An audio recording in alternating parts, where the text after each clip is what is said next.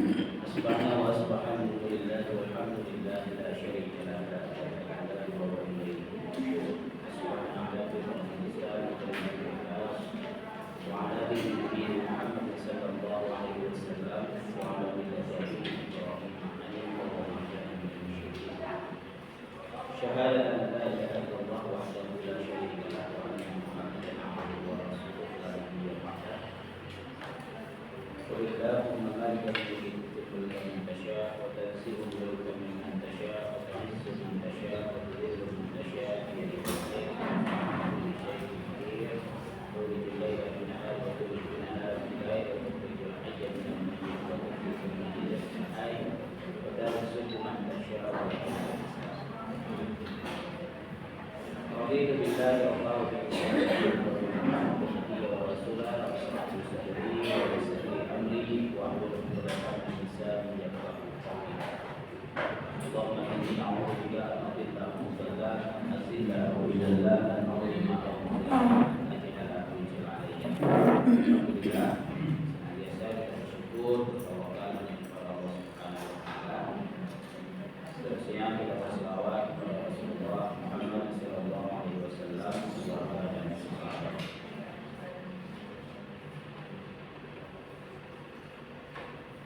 Sidang jamaah duha insyaallah dimuliakan oleh Allah Subhanahu wa taala.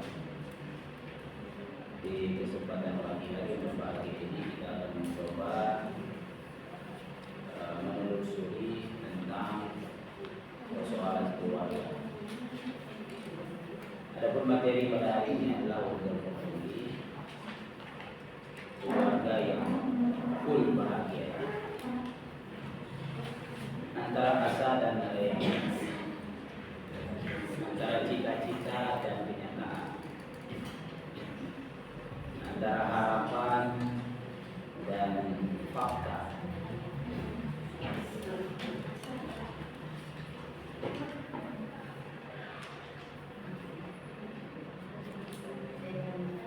Nah, untuk yang ada yang belum nikah, untuk yang belum nikah, materi ini adalah untuk memperkuat komitmen dan orientasi menikah. Memperkuat komitmen dan orientasi menikah. Itu fungsi materi ini bagi yang belum menikah. Kalau yang sudah menikah, memperbaharui komitmen. Karena komitmen yang sudah ada, maka kadang kabur di jalan. Jadi memperbaharui komitmen dan orientasi menikah. Kalau yang mau nikah memperkuat, kalau yang sudah menikah memperbaharui komitmen dan orientasi di dalam menikah.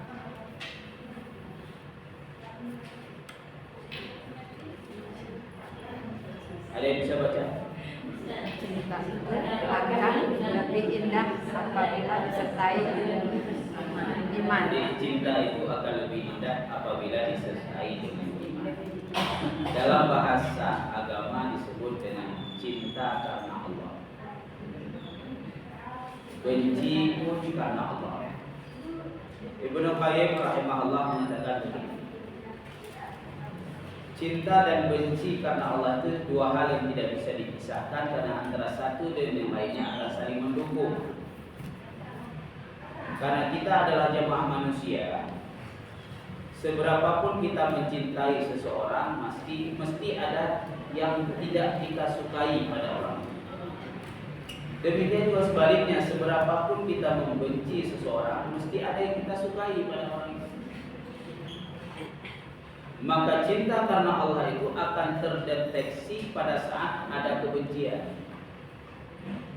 Saat ada kebencian, kalimat apa dan bagaimana situasi emosional orang yang membenci ini terhadap yang dia benci. Ketika yang keluar adalah kalimat-kalimat sumpah serapah, kalimat-kalimat yang kotor dan jorok, menunjukkan bahwa cinta yang selama ini dia miliki bukan karena Allah dan bukan berdasarkan keimanan. Tapi cinta yang selama ini dia miliki adalah cinta karena hawa nafsu, cinta dunia. Jadi di sana terdeteksi cinta. orang yang benar-benar mencintai seseorang, mencintai orang lain karena Allah dan berdasarkan iman, saat ada hal yang ia tidak sukai, saat munculnya kebencian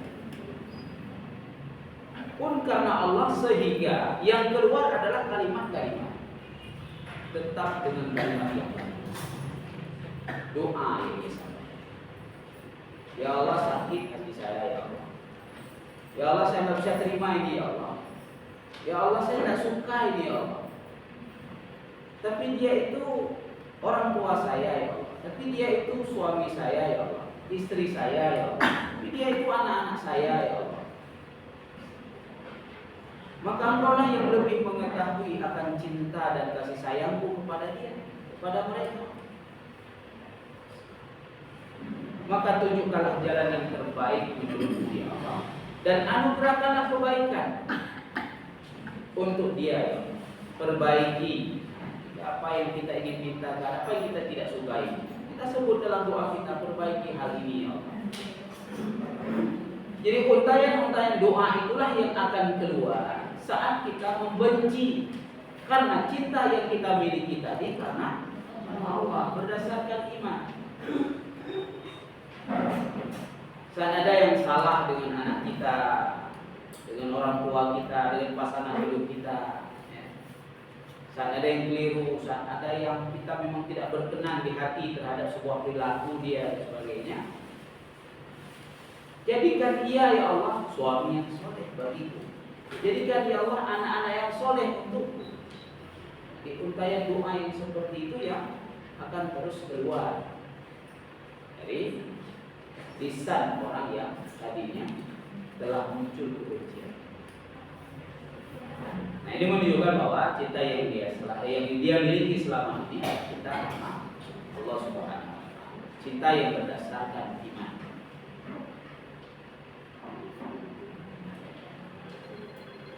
Ini asal kita. Ya, pernikahan dalam persepsi kita saat belum menikah. Gitu. Indah bertabur bunga sebelum menikah.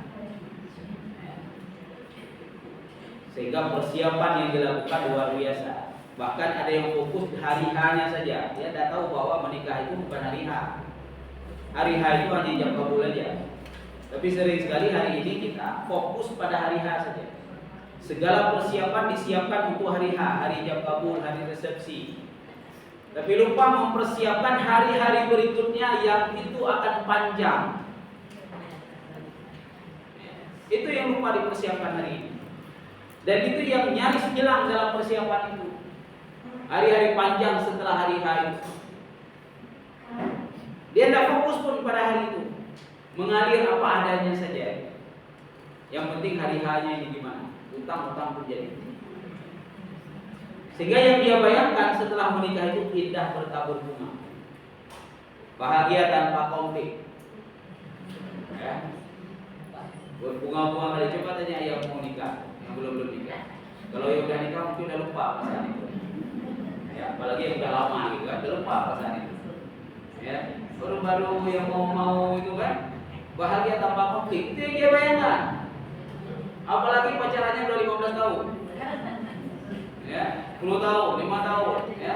Yang lama udah pacarannya itu kan masa pacaran itu masa bahagia. Yang muncul kan baik-baik semua. Masa pacaran itu yang bahagia-bahagia, yang senang-senang semua. Kalau janji tepat waktu gitu kan. Baik-baik semua lah. Ada yang buruk. Begitu nikah 3 hari baru tahu jempol kaki masuk dalam hidung. Bahagia tanpa konflik. Ya, selalu tersenyum tanpa emosi. Itu yang dia bayangkan. Kalau udah nikah ini kan senyum-senyum kerja-kerjanya ya. Gak akan ada marah-marah. Dia udah bayangkan ini ya. Kalau udah makan bersama, duduk bersama, tidur bersama, bersama, semua yang dia bayangkan kan. Gak ada emosi, gak ada marah-marah. Gak ada kebayang marah-marah dalam sebelum nikah. Ada. Ya. Gelombangnya indah dan menyenangkan. Ya. Perjalanannya itu akan pokoknya dalam bayangan dia itu kayak di film drakor lah. Apalagi kalau senang kali nonton film drakor, itu udah kebayang tuh kebahagiaan kayak di drakor itu. Mimpi istana bukan pasar dan kuburan. Bahwa dalam rumah itu nanti kalau ngomong pasti baik-baik, nggak ada interaksinya baik-baik aja gitu ya. Nggak akan jadi kuburan, nggak akan jadi pasar gitu ya. Dia udah bayangkan menata semuanya begini begitu segala macam sebelum.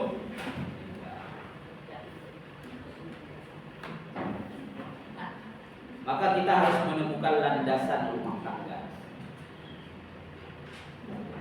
Mengapa menikah dan mengapa memilih dia? Temukan ini dulu harusnya. Seseorang yang akan menikah itu, ya. Kalau sudah menikah juga demikian, tinggal perempuan aja. Mengapa saya dulu menikah dan mengapa saya memilih dia sebagai istri saya, sebagai suami saya? Tinggal diperkuat lagi. Jangan kemudian ada, kalau sudah menikah jangan pernah terbayang menyesal saya memilih dia, menyesal saya menikah. Itu tidak boleh. Jadi seburuk apapun kalau sudah ijab kabul, ya udah, itulah takdir kita. Buruk kali misalnya yang kita temukan, itulah takdir kita. Ya udah dikelola aja.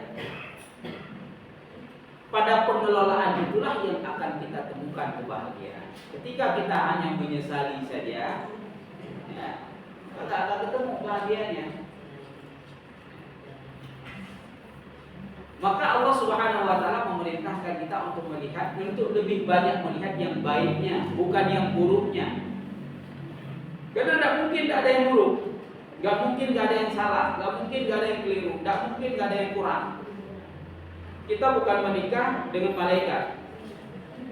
Seorang laki-laki bukan menikah dengan bidadari, nggak turun dari kahanan sana, datang ke air terjun bidadari 7 pun nggak dapat bidadari. Bahwa kita menikah dengan manusia, sama-sama manusia. Ya namanya sama-sama manusia, punya hati, punya jiwa, punya pikiran, punya segala macam latar belakang keluarga berbeda, latar belakang pendidikan berbeda, latar belakang lingkungan berbeda, latar belakang apalagi kalau udah suku yang berbeda, ras yang berbeda. Tambah banyak perbedaannya. Dari makan minum aja udah beda. Ada keluarga yang mengajarkan adab begini, ada keluarga mengajarkan adab begini. Karena beda suku maka adabnya berbeda. Beda keluarga maka rasa makanannya berbeda. Terbiasa dengan makanan yang seperti ini, tiba-tiba dapat makanan begini, akhirnya istri harus masak 3 kali dalam 1 menit. Jadi mengapa menikah dan mengapa memilih dia itu tinggal diperkuat aja kalau sudah. Kalau belum ya tinggal dicari tahu kenapa. Kalau sudah nggak usah cari tahu lagi, emang udah ada, tinggal diperkuat. Makanya itulah yang diingatkan oleh Rasulullah SAW. Ketika terjadi konflik dalam keluarga, jangan dikedepankan yang buruknya dalam ingatan kita. Karena kalau itu yang dikedepankan, yang baiknya langsung hilang dia, langsung hilang. Padahal cukup banyak yang baik. Selama ini kan baik-baik aja gitu, nah, baik-baik aja, semua baik, banyak baiknya. Ini kan muncul yang buruk satu. Nah, kalau itu yang dikedepankan, maka yang baik itu akan hilang, tertutupi dia. Tapi kalau dia tarik sedikit ke belakang, banyak baiknya. Ya udah, kalau udah banyak baiknya, yang buruk ini tinggal dikelola. Banyak-banyak berdoa. Baru akan ada baiti jannati nanti. Ya, mampu surgaku. Ya. Nah, dalam menciptakan inilah kita ingin melihat bagaimana wajul hukum ini. Aku mencintaimu apapun dirimu. Aku mencintaimu bagaimanapun keadaanmu. Apapun yang terjadi dan kapanpun.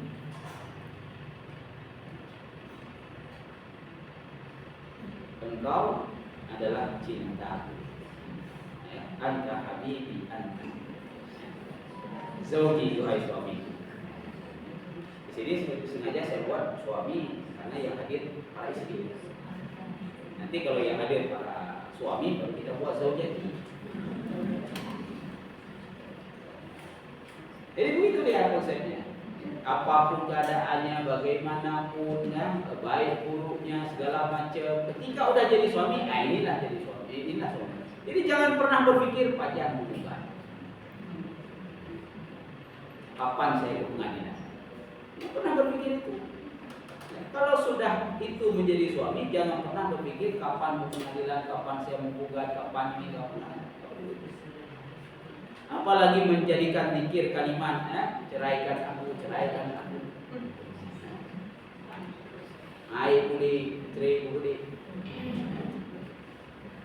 Rasulullah SAW sangat mengecam perempuan yang mengungkapkan kalimat ini kepada suaminya. Apapun alasannya.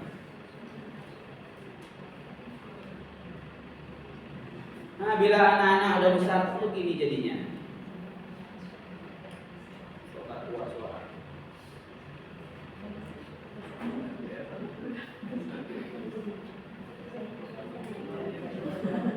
Tapi anak-anaknya udah gede ya, satu udah berorasi.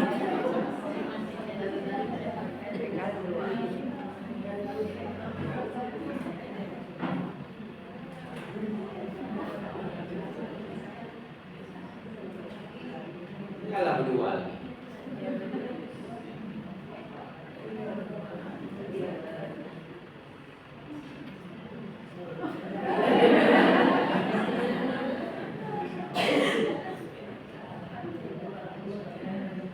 Mau tertatih-tatih, mau apa berdua lagi ya. Artinya apa? Waktu yang kita habiskan dalam hidup ini itu lebih banyak bersama pasangan. Bersama orang tua sebentar ya. Bersama anak-anak diambil orang, dah pergi dia. Ya. Mau anak laki, mau anak perempuan sama saja, pergi juga dia. Makanya yang buat rumah-rumah besar, kamarnya sampai 7-8 akhirnya kosong. Tua-tua harus jual rumahnya. Mau jual mahal, nggak laku, dijual murah saya. Waktu kita paling banyak ya dengan pasangan kita. Dengan orang tua tidak banyak. Kalau nikah umur 25 ya segitulah bersama orang tua. Ya sudah selesai. Dengan anak-anak ya satu-satu. Ya anakku kalau ada di rumah ini tamat SD udah di pesantren, udah boarding. Artinya kita bersama anak itu sebentar aja. 12 tahun. Boarding 6 tahun, udah itu kuliah. Pulang kuliah ngomong dia, "Mak, saya mau dilamar." Nggak ada kesempatan bersama anak. Waktu liburan itu, waktu liburan puasa, liburan sekolah itu aja bersama. Artinya ya berdua di rumah itu, akhirnya berdua lagi. Ya. Waktu kita bersama dengan pasangan. Bangunan yang menjulang tinggi harus disertai pondasi yang menghujam ke bumi. Jika pondasinya rapuh, maka bangunannya akan jatuh. Membangun keluarga itu kan bangunan yang tinggi, bangunan yang luar biasa. Apalagi perjalanan, kita kan pernah tahu perjalanan kehidupan keluarga itu berapa tahun sampai kita mati. Nah karena kita nggak tahu, bayangan kita itu kan sampai kakek nenek, sampai 70-90 tahun. Itu dulu bayangannya. Nggak ada yang bayangkan itu, paling saya 10 tahun hidup sama dia, itu udah mati. Nggak ada begitu.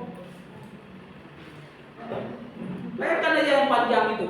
Maka ketika kita bayangkan yang panjang, pondasinya diperkuat. Apa pondasinya? Komitmen berkeluarga ini untuk apa? Itu pondasi. Untuk apa? Kalau hanya untuk senang-senang dalam kehidupan dunia, main sinetron aja. Karena sinetron itu kan menipu. Tetapi betapa hari ini sinetron itu telah membentuk pola pikir, mindset orang yang berkeluarga. Anak-anak muda dibentuk mindset cara berpikir berkeluarga itu ya seperti sinetron. Makanya 90% lebih pasangan muda hari ini tidak memahami fikih menakar. Karena pedoman dia sinetron, bukan lagi fikih menakar, fikih keluarga. Tidak tahu dia apa itu fikih keluarga, apa hak kewajiban, ya, segala macam. Bahkan buku fikih keluarga pun tidak ada di rumahnya. Sebelum nikah dia punya, setelah nikah pun tidak punya. Untuk dia menjadikan itu sebagai rujukan dalam membaca, dalam rangka dia membangun rumah tangga itu. Maka fondasi komitmen awal inilah yang sering sekali bermasalah. Sehingga muncul nanti kalimat saya sudah tidak cocok lagi, kayaknya emang nggak cocok lagi. Yang bilang cocok dari awal siapa? Menikah itu udah pernah cocok, karena kita memang berbeda. Laki perempuan itu berbeda, jadi nggak jangan dibayangkan akan cocok terus. Yang ada adalah banyak nggak cocoknya. Cuma karena udah jadi pasangan hidup berlapang dada, ala aku. Nah ini dia yang buat cocok sebenarnya. Ini yang buat cocok. Saling memahami, saling mengerti, itu buat cocok. Jadi kalau ditanya cocok kan? Ada banyak perbedaan itu. Bahkan begitu memasuki gerbang awal itu, langsung terlihat ketidakcocokan. Oh malah gini. Wah kalau kayak gini mah jadi kecut. Waktu pacaran dulu gak kayak gini, kok udah nikah begini. Makanya paling enak itu nikah tanpa pacaran. Kita tahu aja kayak gitu. Gak tahu dari awal, gak tertipu kita dengan kebaikan-kebaikan tanpa pacaran. Artinya begitu menikah, kita tahu baik buruknya ya di situlah. Dan kita sudah siapkan diri dengan seluruh kebaikan dan keburukan yang ada pada pasangan itu. Makanya bayangan di awal tadi tentang rumah tangga itu akan begini, begitu, begono segala macam, itu akan sedikit terkelola dengan baik saat kita menghadapi rumah tangga yang nyata. Dan perempuan-perempuan kalian yang menjadi penghuni surga adalah yang penuh dengan kasih sayang, banyak anak, dan setia kepada suaminya. Yang apabila suaminya marah, ia mendatanginya dan meletakkan tangannya di atas tangan suaminya, dan kemudian dia berkata, aku tidak dapat tidur malam ini dengan nyenyak jika engkau belum tidur. Aku tidak dapat tidur nyenyak hingga engkau belum.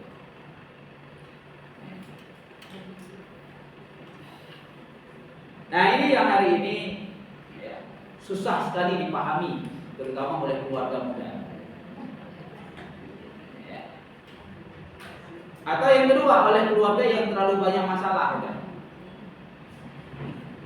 Karena sudah saling mempertahankan egoismenya. Jadi perempuan yang menjadi penghuni surga itu yang pertama penuh kasih sayang, banyak anak. Sekarang dibatasi jadi 2. Nah ini gak fokus dia, gak terlalu penting. Kembali kepada suaminya, artinya setia dengan suaminya. Setia bagi seorang istri itu satu suaminya. Cuma itu satu laki-laki yang dicintainya, selain bapaknya, selain anak laki-lakinya. Nah, beda nanti ukuran setia perempuan. Jangan disamakan. Ini bukan mau poligami ya. Karena kalau dikatakan nanti orang yang menikah, yang poligami, yang menikah 2, 3 itu tidak setia, hati-hati, kalimat itu akan menuduh Nabi tidak setia. Kesetiaan seorang laki-laki tidak diukur pada satu orang istri, tapi kesetiaan istri diukur pada 1 orang suami. Makanya yang dihalalkan itulah poligami, poliandri haram. Tapi kita ada bahas itu. Dan jangan bayangkan bahwa sama mau poligami. Yang apabila penghuni surga, perempuan penghuni surga itu yang apabila suaminya marah, ia mendatangi suaminya, meletakkan tangan di atas tangan suaminya, kemudian dia berkata, saya tidak bisa tidur malam ini kalau engkau belum ridho. Nah ini dia. Rasulullah SAW mengatakan, jika seorang suami marah kepada istrinya yang diakibatkan oleh perilaku istri itu sendiri, atau sebaliknya istri tiba-tiba marah kepada suaminya dan membuat hati suaminya tidak ridho terhadapnya, itu tidak boleh berselang 1 waktu sholat. Karena sholat berikutnya itu akan tergantung antara bumi dan langit. Akan tergantung antara bumi dan langit. Tidak diterima oleh Allah sholat kita kalau belum ada kebaikan di antara, belum berbaik antara keduanya, suami dan istri. Jadi tidak boleh kelam satu sholat. Jadi kalau habis zuhur sebelum asar kebaikan. Kalau habis asar marahnya sebelum maghrib kebaikan. Kalau habis maghrib itu cepat memang, emosinya belum stabil udah harus baikan. Kalau kayak isyanya masalah nanti.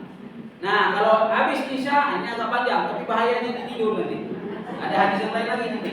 Seorang suami dan istri yang tidur saling membelakangi, kemudian dalam saling membelakangi itu mereka saling marah, saling membelakangi itu karena marah, maka Allah turunkan malaikat pada malam itu untuk melaknat mereka.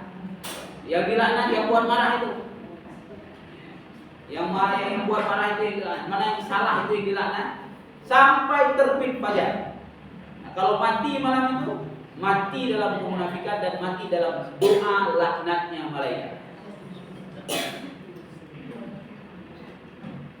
Maka dia harus perbaikan sebelum tidur. Nah, dia datang kepada suaminya, dia letakkan tangan di atas tangan suaminya, kemudian mengatakan, saya tidak bisa tidur malam ini kalau engkau belum memaafkan, kalau engkau belum ridho kepada.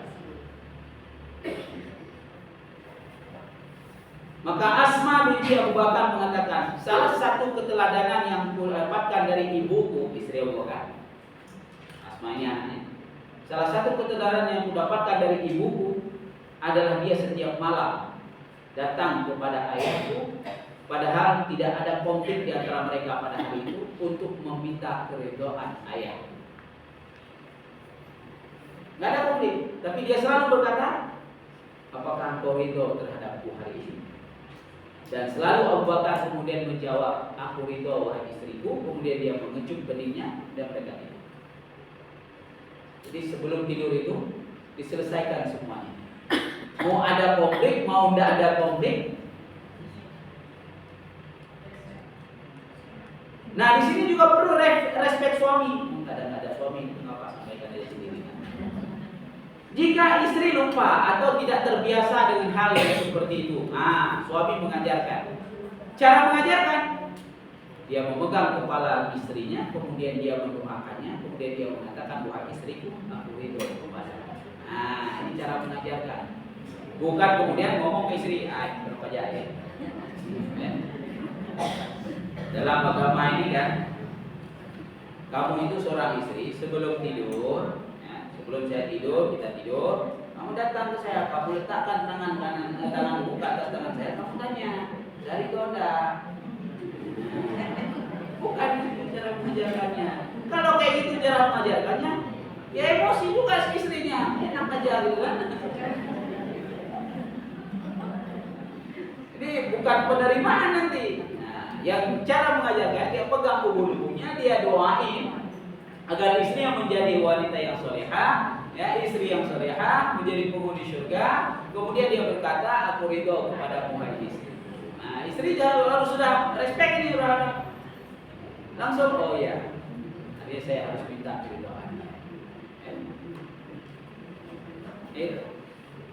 Jadi tidak ada malam yang dilalui dengan kebencian, dengan kemarahan, dengan emosional di antara mereka. Makanya Rasulullah mengatakan bahwa menikah itu ibadah terpanjang dalam hidup kita. Yang jangankan di saat bangun tidur, tidur pun dinilai ibadah oleh Allah. Itu dia. Tidur pun akan bernilai ibadah. Luar biasanya menikah. Sehingga dia separuh dari agama ini ada pada menikah, separuh yang lainnya bertakwa kepada Allah. Sholat, puasa, haji itu separuh itu. Menikah ini separuh sendiri. Karena nilainya ibadah semua. Gak ada satupun kebaikan di antara suami dan istri itu yang bukan dinilai ibadah, yang tidak dinilai ibadah oleh Allah Subhanahu wa taala. Begitu luar biasanya. Makanya lembaga rumah tangga itu lembaga yang sangat terhormat, lembaga yang Allah memuliakan lembaga. Nah hari ini oleh sebahagian pasangan muda yang tidak memahaminya, dikirain lembaga apa ini? Yang penting udah nikah, ya, senang ribut. Senangnya di media sosial, nyatanya ribut. Ya ini kawan. Ya kejadian 1 bulan atau 2 bulan sebelum Ramadan kemarin di media sosial harmonis, ya di media sosial, luar biasa, pasangan bahagia mereka. Ya, di Instagramnya, di Facebooknya pasangan bahagia, tahu-tahu dibunuh, dicor pula acara bunuh. Ya, kebunnya. Saya luar biasa ini. Arti apa yang terlihat di media sosial itu berkebalikan dari kenyataan yang ada. Makanya kebahagiaan itu jangan ditampilkan. Baik buruk itu tidak ada di media sosial masalah keluarga. Keluarga jangan ditampilkan di dalam media sosial. Nah hari ini anak-anak muda menampilkan keluarganya di media sosial. Yang justru itu sangat rentan dengan fitnah. Salah satu fitnah yang nyata apa? Ain. Penyakit ain. Ainul haqq. Ain itu kata Rasulullah adalah sebuah kebenaran. Penyakit ini itu benar adanya. Dan salah satu penyebabnya itu tadi. Karena sering sekali mengeksploitasi keluarga ke publik. Untuk apa? Keluarga itu kita yang membahagiakan, kita yang menikmati, kita yang menjalani. Tidak perlu orang tahu. Orang tahu yang sekedar tahu begitu aja, artinya tidak tahu sampai ke dalam. Apalagi kemudian sampai dieksploitasi di media sosial segala macam. Tidak begitu keluarga. Wajah anak, wajah istri segala macam semua nampang di media sosial.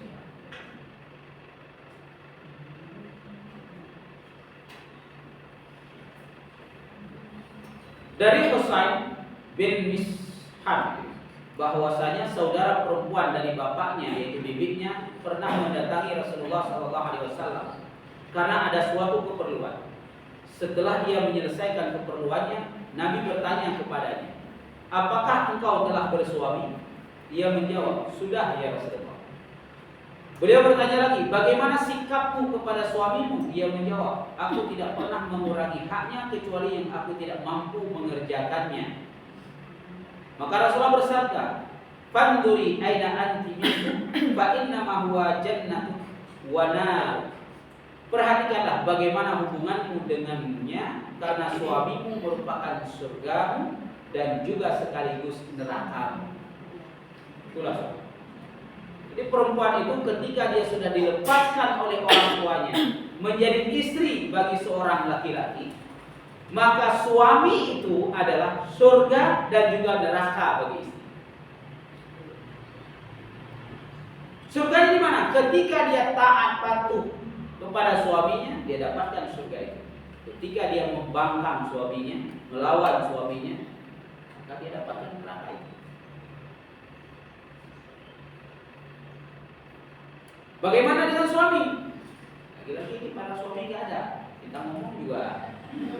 Ibu juga nanti menyampaikan ke suami suka iman juga. Jadi ketika ada suami kita sampaikan. Karena kalau suami lebih besar lagi nanti, dia penanggung jawab keseluruhan dari sebuah rumah tangga. Dia sendiri yang menentukan untuk dirinya apakah dia akan masuk surga atau masuk neraka. Nah, kalau istri berbeda, kepatuhannya kepada, ketaatannya kepada suami itulah yang akan membuka jalan. Ketidaktaatannya itulah yang akan membuka jalan ke neraka. Kalau suami lebih kepada tanggung jawabnya terhadap istrinya, mulai dari tanggung jawab batiniahnya, keilmuannya. Ketika dia melihat istrinya tidak tahu tentang bab ini, dia wajib mengajarkannya. Jadi pendidikan terhadap istri itu adalah tanggung jawab suami. Dia tidak boleh berlepas diri dari tanggung jawab pendidikan istrinya. Istrinya ada kurang ini, jadi ini diajari. Dia cari ilmu untuk mengajarkan itu. Salah satu. Jadi bukan hanya persoalan finansial yang penting udah beli baju, udah beli sepatu, udah beli senang, ada itu. Itu finansial yang zahiriyah saja, kebutuhan yang sangat zahir. Tapi ada kebutuhan batinnya yang lain, pendidikan, sikap, lemah lembut segala macam. Itu tanggung jawab dalam membentuk karakter istri. Makanya seorang istri itu terbentuk juga karakternya nanti dikarenakan sikap suami. Awalnya dia baik-baik, perempuan ini baik-baik, dari keluarga baik-baik, pendidikan baik, semua udah soleha. Tapi karena suaminya kasar, berubah perempuan ini jadi kasar. Jadi pengaruh sikap suami itu akan mengikut. Nah, ini yang harus disadari oleh suami. Apa istri saya dulu baik, sekarang udah nggak baik. Nah, itu dia harus introspeksi diri tuh. Jadi jangan langsung menyalahkan istri, tapi dia yang harus introspeksi diri. Jadi jangan-jangan gara-gara saya. Termasuk salah satu karakter buruk yang terbentuk pada istri itu ketika dia pernah membawa hal yang haram ke rumahnya, yang kemudian dikonsumsi oleh istrinya. Itu akan membentuk perangai buruk pada istri. Yang tadinya istrinya baik menjadi buruk karena pernah membawa barang haram. Barang yang didapatkan secara haram, hasil dari korupsi, mencuri atau apalah, menipu, ya, dibawa pulang ke rumah, dimakan sama istrinya, nah, berubah dari baik menjadi buruk. Nah, ini suami harus sadar itu.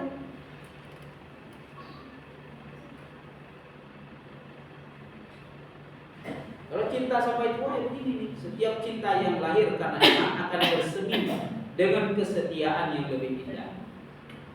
Sampai tua tidak ada. Bukan tidak ada masalah, tidak ada problem, bukan. Karena tidak mungkin tidak ada problem dalam rumah tangga itu, tidak mungkin. Apalagi kalau sudah punya anak. Tidak punya anak tidak ada problem. Apalagi punya anak. Karena anak itu kan salah satu sumber problem yang akan terjadi juga dalam keluarga itu. Makanya nanti yang harus disatukan itu visi dan misi. Mau dikemanakan, mau dibawa kemana keluarga itu dan anak-anak jika Allah menganugerahkan anak. Bahkan keluarga para nabi dan rasul pun ada konfliknya. Bukan hanya sekedar konflik. Ada istri para nabi yang tidak taat kepada suaminya, bahkan tidak mau beriman dengan suaminya yang rasul itu. Istri Nabi Lut tidak mau beriman dia. Dia mau menikah dengan Nabi Lut, tapi dia tidak mau beriman dengan Nabi Lut. Bahkan dia khianati Nabi Lut dengan memprovokasi umat, mengatakan bahwa Nabi Lut punya tamu yang sangat ganteng 2 orang di rumah. Ketika kedatangan Jibril dan Mikail ke rumah, memberitakan bahwa umat Nabi Lut akan dimusnahkan. Istri Nabi Lut keluar ngumumin, nah itu ada pria ganteng di rumah bersama suamiku. Kalian mau? Nah, datang. Datang mereka ramai-ramai. Lihat pria ganteng itu. Istri Nabi Nuh, maknya Kan'an, bersama dengan anaknya Kan'an. Di antara perempuan yang tidak patuh, tidak beriman kepada suaminya bahkan. Jadi bukan tidak ada konflik keluarga Nabi, ada konflik. Dia sudah berusaha mengajarkan istrinya, tapi konflik itu terjadi. Nah, ini bawaan karakter dari awal seorang istri itu namanya. Ada yang memang usaha-usaha yang dilakukan oleh suami tidak mempan. Akhirnya dia memang dari awal dulu dan dia tidak mau pernah merubah keburukannya. Maka nanti sebagaimana konflik yang terjadi pada keluarga Nabi Ismail. Ketika Nabi Ibrahim datang kedua kalinya ke Mekah, saat pertama kali masih remaja Ismailnya, saat kedua kali Nabi Ismail sudah menikah. Dia melihat karakter istrinya. Apa yang dikatakan oleh Nabi Ibrahim? Sebaiknya engkau ganti palang pintu. Karena dia melihat ini karakter yang memang tidak baik. Dan Nabi Ismail mengerti itu. Maka dia ganti palang pintunya, yaitu mengganti istrinya.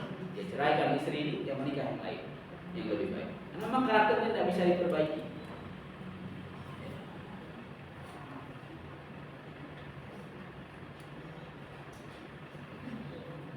Keluarga bahagia itu sama, sakinah, mawaddah, warahmah itu yang pertama bertauhid.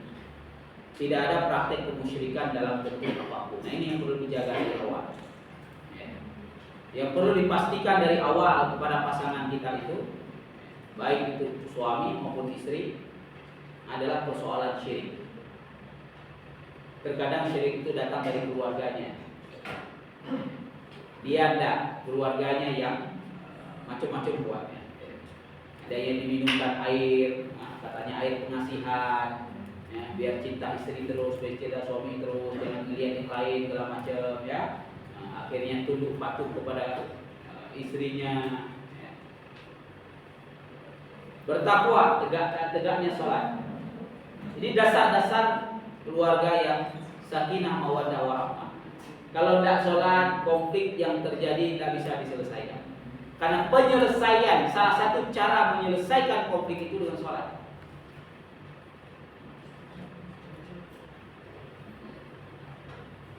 dekat dengan Al-Quran. Karena rumah yang tidak dibacakan ayat Al-Quran, baitul haq, kata Nabi. Rumah yang hancur, rumah yang roboh, rumah yang tidak bermakna, tidak berkah. Menjaga kebersihan, kesucian dan kerapian. Rumah tidak boleh seperti pasar, dalam rumah tidak boleh seperti tong sampah. Bahkan sampah pun tidak boleh ada dalam rumah di malam hari, keluarin. Buang sampah itu sore, bukan pagi. Kalau pagi sampah ada dalam rumah, karena sampah itu tempat beranak jin, kata Nabi.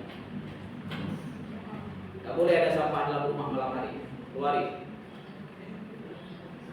Aisyah radhiyallahu anha meriwayatkan bahwa setiap kali Nabi pulang menjelang tidur, ketika beliau pulang dari masjid kemudian mau tidur, beliau lihat dulu dapurnya, udah rapi belum? Ada enggak piring yang belum dicuci? Maka Nabi langsung mencucinya, membersihkannya, merapikan kembali itu semuanya, sehingga dapur itu udah bersih. Ya, tidak ada piring yang kotor yang tersisa. Nah, ini bulan puasa biasanya, karena sekalian besok pagi aja cucinya. Ya. Jadi ternyata tidak boleh, ya. Piring kotor itu tidak boleh malam hari adanya. Ya. Jadi ini sangat diperhatikan oleh Nabi ini. Ya. Masalah kebersihan, kerapian di dalam rumah itu diperhatikan betul oleh Nabi ini. Tidak ada barang geletak-geletak di atas tempat tidur, ya. Bangun tidur di selimutnya ada rapi. Ini harian ini memang, tetapi ini yang menjadi kebiasaan. Apalagi dengan suami yang punya kebiasaan yang seperti itu. Nah ini juga yang punya anak laki, biar jadi suami yang baik nanti ketika jadi suami orang. Ya. Jadi ambil pengalaman dari suami sendiri yang sudah selebar itu. Ya. Nanti yang letak sembarangan, ya, semua pakaian sembarangan. Kenapa bisa begitu laki-laki? Karena dibiarkan oleh maknya dulu. Ya. Orang tua yang punya anak laki kan sayang kali anak laki dilayani semuanya gitu. Ya. Dia geletak anduk ditaruh mamanya. Jadi dia terbiasa geletak sini, geletak sana. Enggak ada kerapian, dia enggak ada. Kenapa? Dibiasain oleh maknya. Sehingga dia menjadi suami orang nanti. Saat menjadi suami orang, bawaan itu sama. Sehingga si istri pusing dia, apalagi kalau dari keluarga, istri ini keluarga yang rapi, bersih itu, pusing dia oleh suami. Ya, bang, jangan kayak gini bang, ya. Sampai tua bang kayak gini bang, capek gitu. Makanya kalau punya anak lagi itu jangan dibiasain begitu, jangan dilayani habis-habisan begitu. Suruh dia mandiri. Ya.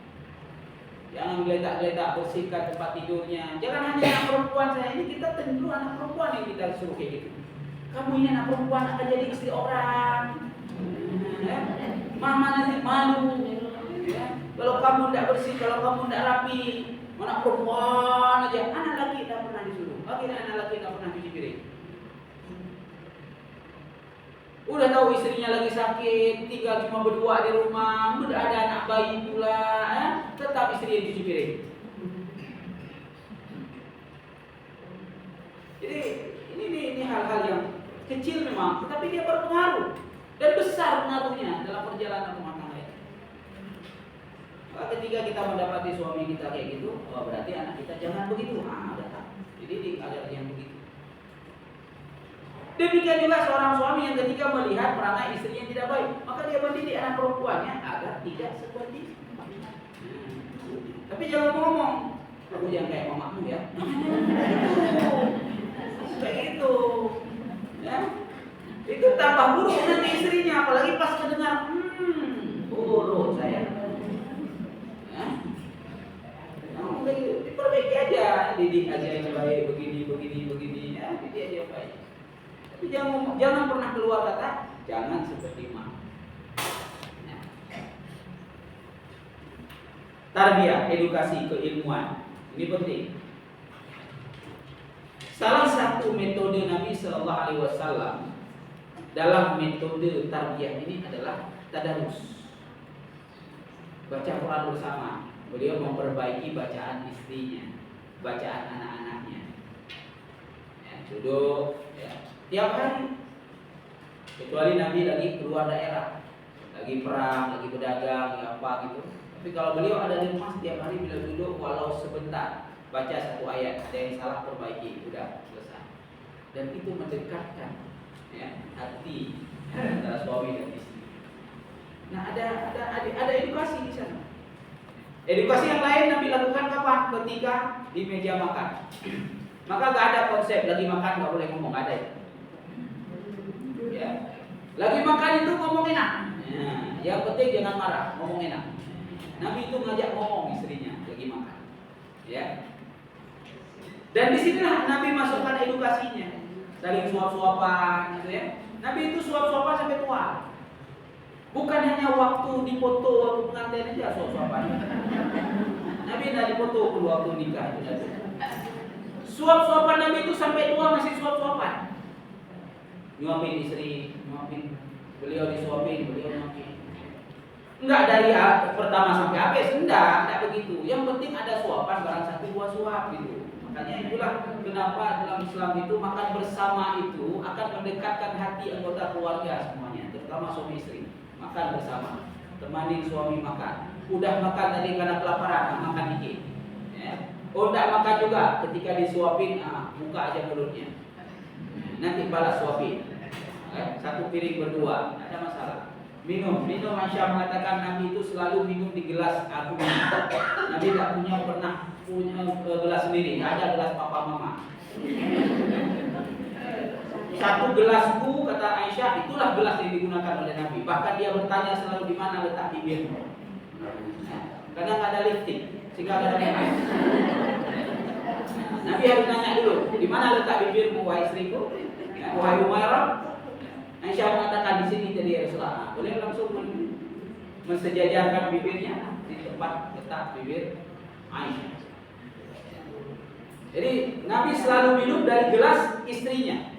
Bukan hanya Aisyah, Hafsah juga demikian. Jadi selalu minum dari gelas istrinya. Jadi tidak punya gelas sendiri. Kalau minum lagi makan, punya gelas sendiri. Kalau piring beberapa kali, bahkan banyak Rasulullah punya piring sendiri, istri sendiri, kasih suapan. Tapi sekali-sekali mereka makan dalam satu piring berdua. Bahkan Nabi sampai tua itu mandi pun masih satu bak dengan istrinya. Saya pakai bak mandi. Nabi masuk dalam bak, istrinya masuk dalam bak. Sampai tua. Kalau kita kan udah tua, ternyata nggak begitu. Ini kan order ini kayak gitu dia. Ya, jadi bukan di awal. Awal sampai akhir. Ya. Jadi kalau bahasa Hafsah itu, Nabi itu makin tua makin romantis. Makin tua makin makin berbunga-bunga perjalanan keluarganya. Ya. Jadi bukan makin tua makin gersang, makin tua makin kering gitu ya, makin hampa, enggak begitu. Makin tua makin dekat. Kenapa? Karena ini udah mau pisah ini. Ya. Mau pisah dengan kematian. Ya. Siapa yang duluan nggak tahu nih, siapa yang akan duluan. Maka yang tinggal itu juga nggak tahu apakah lama dia harus menjalani hidupnya dalam kesendiriannya. Kalau sebentar enak, ya, habis mati juga, ya, apalagi mati bareng. Tapi ini kalau lama, sekian tahun, seperti Aisyah radhiyallahu anha, itu kan istri Nabi yang paling muda dan yang paling panjang usianya, sehingga dia lama, ya, sampai masa Ali bin Abi Thalib dia masih hidup. Berapa puluh tahun? Hampir 30 tahun setelah wafat Nabi, Aisyah masih hidup, menjalani kehidupannya sendiri. Makanya Nabi semakin tua itu semakin romantis. Kita buat romantis saja. Kita mulai dari hal-hal yang sederhana, senantiasa senyum di 3 tempat. Nah ini. Yang pertama, kamar. Tidak boleh kamar itu dijadikan ajang marah-marah. Kamar itu tempat bahagia, tempat senyum-senyum aja dia. Yang kedua, saat menghantar suami keluar rumah. Suami keluar rumah itu bahaya itu. Maka dihantar dengan senyuman dan diantar. Jangan pergi sendiri dia. Kita di kamar mandi, kita di mana gitu kan. Suami mau pergi, kita harus siap-siap. Dan disiapkan diri ketika suami akan pergi. Kenapa? Dia harus rindu pulang. Jangan begitu lihat. Ayo. Ada dilihat yang kembali gitu kan, majas dia pulang. Jadi suami pergi itu ya walaupun pakai daster tapi dasternya rapi, ya mukanya rapi, makan ngaca aja dulu kan. Nah, rahu muka dulu, kayak bedak-bedak dulu, juga boleh juga walaupun masih di dapur gitu. Yang penting suami pergi itu, begitu dia pergi, dia rindu pulang lagi. Itu yang paling penting. Karena kalau dia nggak rindu pulang, artinya ketika dia meninggalkan istri ada masalah. Dan dia akan melihat yang lain yang lebih dia rindukan. Apalagi berinteraksi dengan banyak perempuan yang lain. Apalagi berinteraksi dengan perempuan yang dianggap, wah ini kayaknya lebih cocok daripada yang di rumah. Ini dia yang salah. Belum lagi perempuan itu datang curhat. Ya, suamiku begini. Oh, suamimu begitu. Nah, kesempatan pula. Ya. Terjadi kenyamanan. Begitu nyaman, ketemu di dalam mobil, diprovokin dalam mobil oleh orang kan, oleh suami dan istrinya masing-masing. Demikian ketika pulang, begitu dia pulang, saat menyambut suami pulang. Harus siap, apalagi kalau suami sudah terjadwal pulangnya. Tidak perlu dikasih tahu lagi, ini suami pulang, Roma, dan ketika suami pulang, tidak usah sosok sibuk. Sambut aja suami. Sok sibuk baca Quran.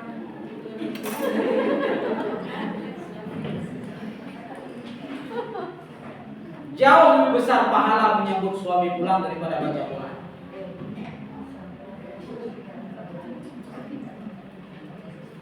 Dan itu yang dipraktekkan oleh para istri Nabi.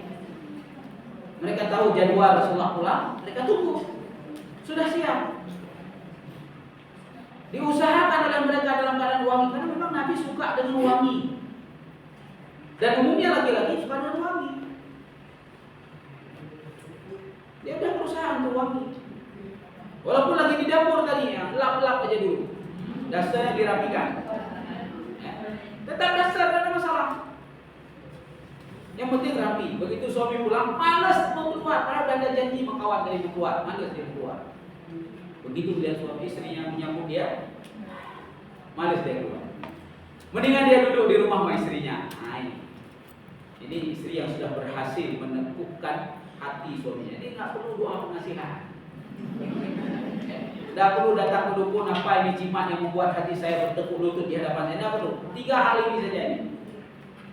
3 hal ini, ya, mau klepek-klepek lagi gitu. Dia pergi itu ingat rumah aja dia senyum, termiang-miang senyum istrinya tadi ya, wanginya segala macam. Dia ingat. Begitu pulang gitu juga.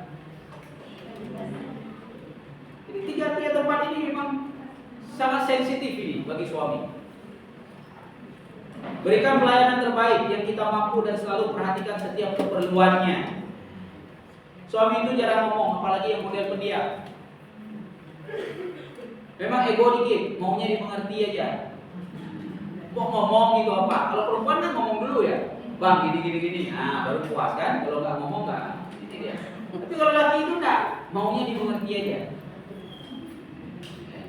Apalagi yang model pendiam, ngomong, marah nggak ngomong, semua nggak ngomong ya.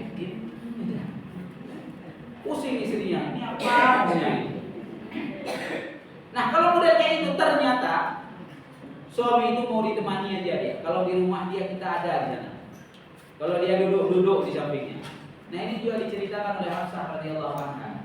Terkadang ada satu ketika Nabi itu dia tidak bertanya, kita pun tidak nanya ke dia, tapi duduk di samping dia itu membuat dia bahagia. Duduk aja. Nah terkadang ada suami udah kayak gitu. Duduk aja istrinya di samping istri suaminya. Duduk. Anakku mau duduk. Kamu ngomong, ternyata itu udah menyamankan hati suami itu, ya, udah nyaman hati suaminya. Begitu bangun dia susah tuh, bangun istrinya, dia mulai susah. Mana ngomong dia, maka boleh ini diperhatikan aja, ya, perhatikan. Begitu bangun dia dari jauh, mana dia, risau dia, nyopot dia ke, akhirnya buka HP. Kalau sekarang larinya ke HP. Nah, kalau lagi bersama, nah itu HP nggak boleh. Ya. Kalau suami pegang HP, apa penting HP-nya? Atau dilihat aja, oh lagi nonton YouTube, udah tutup, kita lagi berduaan. Ya. Disiapkan apa kesukaannya, apa kopinya atau tehnya, segala macam. Duduk. Terkadang suami itu punya banyak masalah, dia nggak mau cerita. Dengan duduknya istri di sampingnya, cukup hanya duduk itu meringankan masalahnya. Berlapang dada dan toleransi dalam memberikan loyalitas kepada suami dan istri. Ya. Loyal aja dengan suami dan istri. Toleransi, seperti tadi kita katakan, nggak tahu kita kalau tidur itu bunyi sampai begini, ya. Ganggu kita tidur, nggak bisa nyenyak tidur.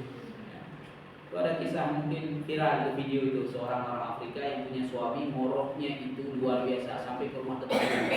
Betul, dia cerita betul. Puluhan tahun sampai dia berdoa kepada Tuhan. Dia bukan Muslim, ya. Berdoa kepada Tuhan gimana? Enggak hilang-hilang moroknya sampai mati enggak hilang. Nah, ternyata setelah suaminya mati, dia rindu morok istrinya, suaminya. Nah, ya. Di situ dia baru tahu. Setelah suaminya mati, dia merindukan morok suaminya itu. Gak bisa tidur tanpa morok suaminya. Tadi gak bisa tidur karena morok suami. Nah sekarang kebalikan, gak bisa tidur tanpa morok suami. Dan dia menceritakan ini dalam tangisannya, menangis dia di atas mimbar menceritakan. Ternyata ada hal-hal yang memang terkadang menurut kita tidak baik, kita rindukan nanti saat tidak ada lagi. Selalu minta izin dan mohon maaf. Izin maaf itu bahasa ringan itu, tetapi itu sangat berpengaruh. Apalagi istri keluar rumah itu tanpa izin suami, tidak ada cerita. Izin itu bukan laporan. Izin itu minta izin memang. Diizinkan keluar, tidak diizinkan, udah. Saya mau ngaji, nah pagi ini tidak ada izin, ya udah.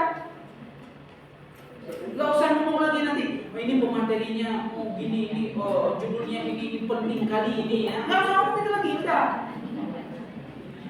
Kalau dia tidak izinkan, artinya ada sesuatu hal yang dia inginkan bersama kita. Itu aja yang perlu dipahami. Jadi kalau dia udah ngomong gak izin, jangan lagi ngomong bla bla bla bla. Nanti kalau udah ngomong itu, ya udah pergilah sana. Paling itu dia jawab. Tapi pergilah sana itu udah gak ridho itu. Izin, tapi artinya dari ridho. Untuk apa kita pergi dari ridho? Satu langkah kita melangkah tanpa izin, tanpa ridho suami itu. Itu langkah-langkah yang tidak diridhoi oleh Allah. Yang penting izin. Dan saya menekankan persoalan izin itu, para istri kepada suami itu ada sebuah tekanan yang memang menjadi sebuah tanggung jawab. Sehingga kan ada kisah itu seorang istri yang sampai mati orang tuanya tidak diizinkan. Bukan tidak diizinkan, dia nggak bisa minta izin ke suaminya karena suaminya lagi dalam perang. Tapi dia pertahankan sampai ada orang mengatakan durhaka, kamu pulang nggak pulang. Udah 3 kali diberi kabar. Pertama sakit, kedua sudah berat, ketiga sudah mati, tidak pulang juga. Alasan dia cuma satu, saya belum minta izin kepada suami. Waktu itu tidak ada HP, tidak bisa minta izin. Suaminya dalam perang. Tapi apa kata Nabi? Dengan sebab itulah orang tuanya masuk surga. Dengan sebab dia itu, karena tidak bisa minta izin mas suami itu pulang, orang tuanya masuk surga. Jadi anak perempuan itu bahkan menjadi penyebab orang tuanya bisa masuk surga ketika dia taat dan patuh kepada suami. Izin itu sangat penting. Selama masih ada suami, izin itu sangat penting. Minta izin, ngomong, nggak diizinkan jangan pergi. Penting kali walau. Di sini itu bukan laporan, sehingga tidak di luar rumah. Bang, saya udah di pasar ya, itu bukan izin. Laporan. Dan izin sesuai izin. Izin kemana? Ya udah situ aja. Kalau bersambung, ngomong lagi, izin lagi. Bang, ini teman-teman ngajak, maka rujak itu pulang dari kajian, boleh enggak? Suami jawab, tidak boleh pulang.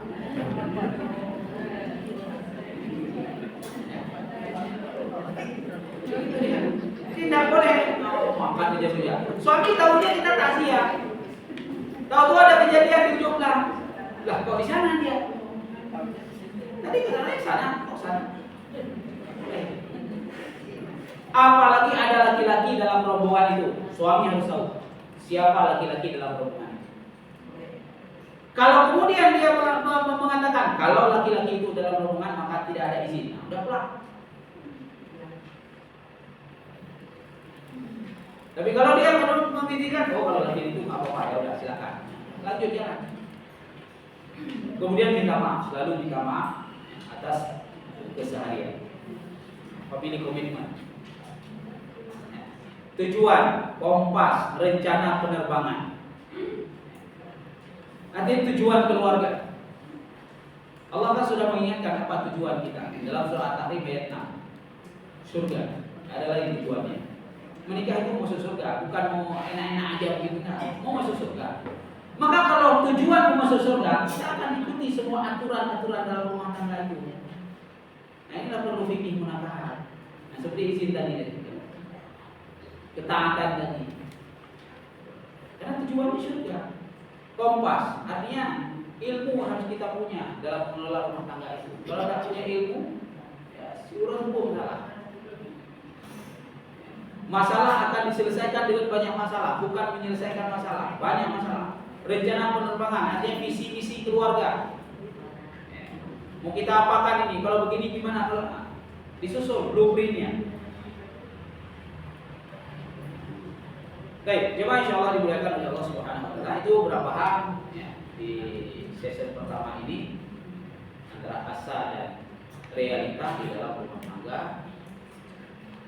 untuk membentuk wonderful family, keluarga yang bahagia. Baik, saya kira itu beberapa hal yang bisa saya sampaikan.